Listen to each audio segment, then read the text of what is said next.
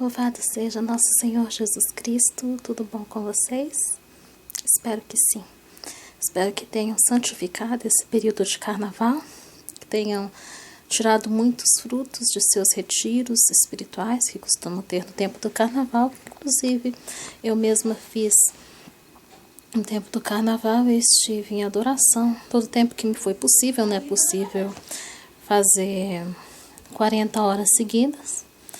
Então, o tempo que era possível, eu ficava em adoração ao Santíssimo Sacramento, pedindo a conversão dos pobres pecadores. Então, nós devemos sempre nos sensibilizar com os pecadores, pedir a sua conversão, para que eles possam desfrutar a verdadeira vida, que é a vida na graça de Deus. Bom, meus queridos, semana passada foi difícil postar vídeo, porque o eremitério está em reforma na parte externa. A gente está fazendo ali uma reforma, canteiros, melhorando um pouco ali a parte onde corre a chuva, para poder fazer ali uma vala toda no cimento, assim, para poder cair melhor a água. Isso leva o seu tempo. Acho que eu vou estar aí ainda mais 2 semanas em reforma. Também vou dar uma arrumadinha dentro de casa, algumas tomadas, algumas coisinhas. E pode ser que haja uma outra etapa ainda, onde eu pretendo fazer um segundo piso no eremitério, para a gente ter vista para o lago, ter um pouquinho mais de contemplação. Já que o eremitério não é pequeno, não dá para crescer para os lados, então vai crescer para cima. Mas aí foi difícil achar um tempinho assim para poder fazer vídeo, né? Mas isso aí vocês entendem, né? Bom, deixa eu ver se tem mais algum aviso. Acredito que não. Então eu vou falar um pouquinho da questão do tempo que nós estamos vivendo, que é o tempo da Quaresma, que é um tempo voltado para a nossa conversão interior, voltado para o jejum, para a caridade, para o sacrifício. Eu vou explicar algumas diferenças que algumas pessoas não entendem muito, né? A diferença do jejum, da penitência, da mortificação e do sacrifício, que são coisas diferentes. Então, assim, nesse tempo da Quaresma, no eremitério, não há muito, assim, muita diferença. A diferença, assim, é mais que... diferença grande, vamos dizer assim, é que o ofício, ele é apenas lido, tá? Ele não é em reto tom. Então, pelo menos na Quaresma, ele é todo lido. Não há, assim... Também não se canta, né? É um tempo mais sóbrio. A gente não coloca adornos, flores, né? Só na solenidade de São José. E às vezes na solenidade da encarnação do Verbo, mas muitas vezes cai na Semana Santa. Quinta semana da Quaresma também, como eu já falei em outros vídeos, é um período de recolhimento das redes sociais, né? Continua o trabalho, não chega a ser um retiro, mas eu já não fico mais nas redes sociais, dedico mais o meu tempo meditando, né, a Paixão de Cristo. Todas as quintas-feiras também eu faço a refeição de joelhos. Se não é possível na quinta-feira, eu transfiro para algum dia da semana, de forma que ao menos uma vez por semana tenha uma penitência extraordinária no refeitório. Bom, gente, então, sobre o jejum, né? Um jejum é basicamente restrição alimentar. As pessoas, principalmente o Papa, né, as pessoas modernas, confundem muito o jejum com penitência, com sacrifício, com não sei o quê. Mas o jejum é uma restrição alimentar que a gente faz. No caso da abstinência de carne, quarta-feira de cinza, sexta-feira santa. No caso de nós religiosos que fazemos jejum um pouquinho mais intenso, né, não tem mais aquela coisa de só uma refeiçãozinha, né? Só quando você já está idoso ou se você está doente, né? Apesar de que o doente e o idoso estaria por si dispensado do jejum, né? Mas a pessoa acostuma tanto, ela tem tanta devoção, né? Então ela faz um jejum mais leve, que seria só tirar uma refeição forte, tá? Mas já aconteceu comigo também de estar doente e não poder jejuar. Tá? Já aconteceu de estar fazendo, não doente, assim, enferma de cama, né? Mas estar, por exemplo, tomando um antibiótico, né? Então já não dá para você fazer um jejum a pão e água, né? Então é sempre bom a gente ter um pouquinho de prudência nesse período. Lembrando que o jejum pode ser de muitas maneiras, de muitas formas, né? Mas assim, o mais interessante para os iniciantes seria o jejum cartucho. né? Sem carne, apenas uma refeição completa, né? Assim, para os iniciantes. Depois, uma vez por mês, você pode fazer um jejum todo a pão e água. Tá? Se você fizer, por exemplo, você está no eremitério, que já aconteceu comigo, está no eremitério sem forno, que eu só tinha um fogão de 2 bocas. Então, nesse caso, você pode fazer panqueca. Tá? A panqueca, ela substitui o pão, você não fica com aquela preocupação de assar. Existe uma receita de pão cozido e tudo, mas tem toda uma técnica, então não é algo tão fácil de fazer. Enquanto que a panqueca é algo rápido e prático que pode substituir o pão. Se você jejuar com a panqueca, sua panqueca sem fermento, dá certo também, como jejuar pão e água. Às vezes eu faço também. O pão, de preferência, assim, pão sírio. O pão assim francês não, o pão de forma também não, que esses pães talvez te dêem enjoo e talvez te dê dor de cabeça. Então é sempre bom ficar atento a isso. Se não for possível, eu faço o pão caseiro, que é melhor do que o pão industrializado.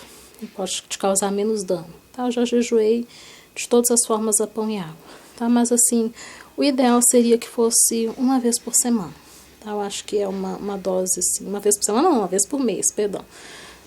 Uma vez por semana, pode ser, tá? Mas assim, para os inexperientes, uma vez por mês é suficiente. Depois, a cada 15 dias. Tá? Uma vez por semana, as defesas podem cair. No meu caso, eu faço porque eu já tenho muita experiência. Né? Já tenho quase 17 anos de experiência. Mas eu recomendo, sim, para que... o jejum é muito bom, tá? Ele faz bem para o organismo. Mas ele não pode ser excessivo, entendeu? Parece que não faz bem, por quê? Porque a gente está acostumado a comer o tempo todo, a hora que quer, não sei o quê, e belisca e tal, mas não é o normal, né? O ideal seria que a gente comesse o suficiente para aquele dia, entendeu? Sem sentir cansaço depois da refeição, essas coisas assim, tudo são indicativos de que a gente come talvez um pouquinho além do necessário. Então o jejum seria basicamente isso. Você faz o jejum, restringe a alimentação por amor a Deus, para uma maior purificação, maior autoconhecimento. E para você, é claro, você se privar, pelo menos naquele dia, de quitutes, guloseimas, né, e tantas coisas que às vezes a gente se permite. Não é pecado também, né, mas o jejum é justamente para dar essa gravidade na alimentação, né. A penitência. A penitência é porque hoje em dia as pessoas não fazem muitas penitências, vamos dizer, de superrogação, que são as penitências corporais. A penitência, de modo geral, ela é corporal. Então, o que significa? Dormir no chão, tomar disciplina, né? Disciplina seria o que?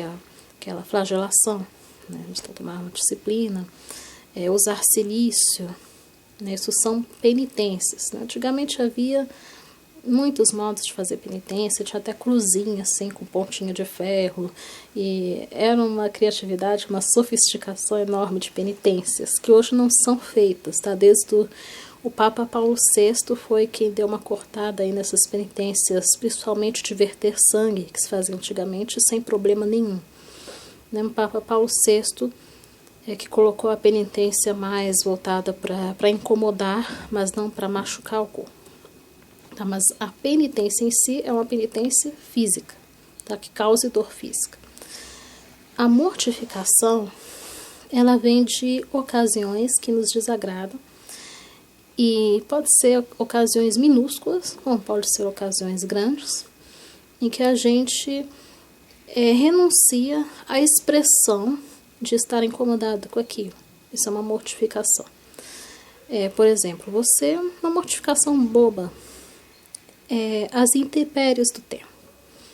Tá muito calor, aí fica, eu tô suando, tá muito quente, porque não sei o que, tá muito frio, porque eu que morei no sul, né, morei quase 8 anos no sul, que frio, que gelo, e sempre reclamando, né, tá muito período de chuva, muita chuva, porque tá chovendo, para de chover, dá para sair, não sei o que. Então, a mortificação é justamente a gente conter as queixas naturais que a gente tende a fazer de determinadas coisas. Então, você está tendo um comichão, Você vai expressar que está incomodada. Ai, tô com uma coceira, não sei o quê. Então você não expressa. Fica só entre você e Deus. E você não faz nenhuma manifestação externa. Isso é a pessoa mortificada. A pessoa mortificada, ela não se manifesta externamente daquilo que está incomodando. Isso é mortificação. E ela pode ser tanto ativa como passiva. A mortificação ativa, por exemplo, é aquela que você está consciente de que você vai, de que aquilo vai te incomodar, mas você não vai reclamar. Aquela irmã, né, tudo que você está consciente, mas você não vai reclamar, né? Porque você vai se mortificar e oferecer para Deus essa mortificação. A pessoa ela pode ter uma vida inteira mortificada da manhã à noite, se ela quiser, entendeu? Bater o pé ali na cômoda, ela não vai expressar a dor, né? Ela vai ficar calada. Se ela caiu da escada, não machucou, não foi algo assim que precisa contar para o mundo inteiro, ela não fala nada, né? Então, isso é mortificação, tá? Acho que deu para ficar claro. É sacrifício. O sacrifício, na maioria das vezes, é ativo, algo ativo, e muitas vezes é algo que é um prazer lícito, mas que você não quer ter para oferecer esse sacrifício. Um exemplo perfeito é o da doença da Beata Jacinta de Fátima, né? Já estava doente. A mãe lhe trouxe um copo de leite e um cacho de uvas. E ela falou: mãe, eu não quero as uvas, eu quero apenas o leite. E ela foi, recusou as uvas e bebeu o leite. E depois ela desabafou com a Lúcia, né, com a irmã Lúcia, e falou: nossa, se você soubesse como eu queria aquele cacho de uvas, mas eu quis fazer um sacrifício. Ou seja, isso é uma ação ativa. Ela não ia pecar, não ia ser menos agradável a Deus se ela tivesse escolhido o cacho de uvas. Entendeu? Não ia ser menos Beata Jacinta. Mas ela quis oferecer conscientemente aquele sacrifício. São Pedro de Alcântara também, né, no leito de morte, que ofereceram um copo de água. Ele sentiu uma sede abrasadora. E ele sorriu e recusou. Ele não ia ser menos São Pedro de Alcântara. Se ele tivesse bebido água, não ia pecar. Mas quis ser mais perfeito e oferecer esse sacrifício. Então, o sacrifício, às vezes, é confundido com a mortificação. Toda pessoa sacrificada é mortificada, tá? Mas nem todo mortificado faz um sacrifício, tá? Quer dizer, até faz, né? Mas muitas vezes a mortificação são ocasiões que você não pode controlar. E o sacrifício você pode. Tá? A diferença é essa. Você não controla uma perseguição de alguém. A pessoa implicou com você e quer guerra, quer implicar com você e pronto, você não está controlando isso. Você mortifica. O sacrifício não. O sacrifício é uma situação que depende só de você. Não é uma situação passiva, mas na maioria das vezes são situações ativas de oferecimento, tá? É jejum, penitência, mortificação e sacrifício, todos são agradáveis a Deus, tá? Não é que um é maior que o outro de forma alguma. Todas essas práticas ascéticas são agradáveis a Deus e levam a alma à perfeição, né? A plena união com Deus. Se ela faz isso com plena consciência, com plena vontade, com plena participação na paixão de Cristo. E é interessante, então, vocês estarem conscientes disso, tá? Mas é interessante também saber a diferença. É porque hoje, faz jejum de televisão, jejum de... Não, entendeu? Não é isso. Não são os termos certos. A expressão, claro, é para a pessoa entender que é para ela se abster da televisão, tá? Mas não é jejum. Jejum é restrição alimentar, tá? Você vai fazer um sacrifício. Seu sacrifício. Você vê um programa religioso, por exemplo, na televisão. Eu não vejo televisão, tá? Mas, por exemplo, um programa de curiosidade, está ali no YouTube, né? Você quer ver, sei lá, deixa eu ver esses vídeos no YouTube, 10 coisas diferentes para o seu dia a dia. Se não é pecaminoso, você não peca. É uma curiosidade, talvez um pouquinho de vaidade, mas não é pecaminoso. Então você pode fazer um sacrifício. Eu estava ouvindo um empreendedor digital e ele falou uma frase interessante. as suas sugestões no YouTube falam muito de quem verdadeiramente você é. Então, quais são as sugestões que estão aparecendo para você? São coisas do seu trabalho? São coisas da igreja? Ou são coisas 90% só mundanismo? É interessante a gente usar isso também para um exame. E empregar todas as nossas forças para a nossa conversão. Todas as nossas forças. A conversão nem sempre ela é de uma vez só, como foi do São Paulo Apóstolo. Muitas vezes a conversão ela é uma etapa sucessiva, ano após ano. Você vai passar por vários níveis de conversão até chegar ao grau perfeito. E como Santa Teresa é um exemplo clássico disso. Né? Ela teve um período de maior vaidade, teve a sua primeira conversão, entrou no convento, uma vocação duvidosa, a vocação dela não era um chamado extraordinário. Né? Entrou porque não tinha um pouco de medo de casar e de morrer de esgotamento, como a sua mãe morreu. Esgotamento quer dizer gravidezes sucessivas, né? As mulheres antigamente tinham muitos filhos e muitas acabavam morrendo de esgotamento. Né? Então, ela morria de medo. Então, ela passou pela primeira fase da conversão. Entrou para o convento do Carmo. Depois, ela teve o seu segundo momento de conversão, que ela via que a vida religiosa dela não dava lá essas coisas. Ela tinha recebido muitas graças de Deus, mas ainda não estava correspondendo. Veio o segundo momento de conversão diante de Cristo Chagado. Né? E depois, o grau perfeito, quando ela assume o priorado do Convento da Encarnação, e ela chega ao grau perfeito, que é a união mística, né? O matrimônio espiritual com Deus. Né? Aí ela chega ao último estágio da conversão. Isso não quer dizer que se uma pessoa tem muita união com Deus, tem muita oração elevada, isso não quer dizer que ela não vai pecar. Tá, gente? Não adianta. A alma só está pronta quando Deus ceifa ela da terra. Muitos podem viver muitos anos em estado de graça, como o Padre Pio. Tá? Mas a santidade ainda não é isso. A santidade é o seu esforço na virtude heróica cotidianamente. Nem sempre você vai conseguir. Nem sempre. Mas talvez sim, talvez você vai ter ocasiões de vitória, vai ter ocasiões de derrota. O importante é você procurar, vamos dizer, aquela regra do 80-20, né? Você ter 80% de vitória, 20% de derrota. Você teve uma queda, tá, mas foi 10% de 90%. Né? Então, os antigos, o meu antigo diretor, ele tinha um diretor que ele fazia muito isso, uma tabela, para você registrar ali as suas virtudes e não sei o que. Esse dia eu caí, esse dia eu pedi a paciência, esse dia eu mandei todo mundo para as cucuias, vamos dizer assim, né? Esse dia aqui eu não fui bem. Tá. Mas nos outros dias você foi bem. Então, mas agora, se você está caindo todos os dias, indica que a alma não está bem. Então, assim, você vai fazendo um controle também, uma análise séria da sua vida espiritual, que ajuda muito. Tá? Mas é sempre interessante a gente lembrar essa questão do jejum.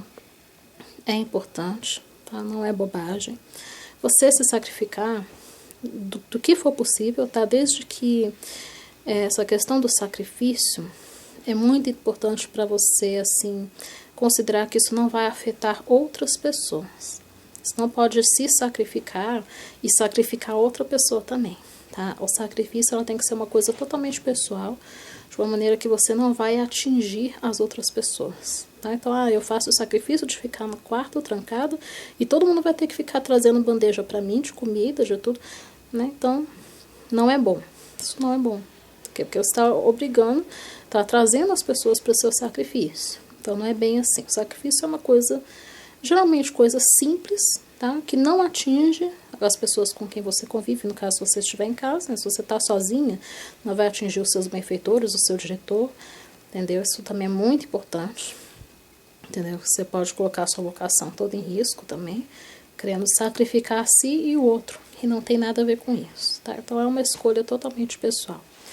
E levar a vida mortificada, nessas coisinhas que incomodam a gente, que não vai dar em nada, uma dor de cabeça, uma dor de estômago, né? Que você toma um chazinho ali quieta, você não precisa contar para o mundo inteiro que você está com gripe, que você está doente, entendeu? Às vezes é normal, assim, a gente, né, quer convidar na rede social, gente, eu tô doente, rezem por mim e tal, mas você pode também silenciar, Se o mal não é grande, como ensina Santa Teresa.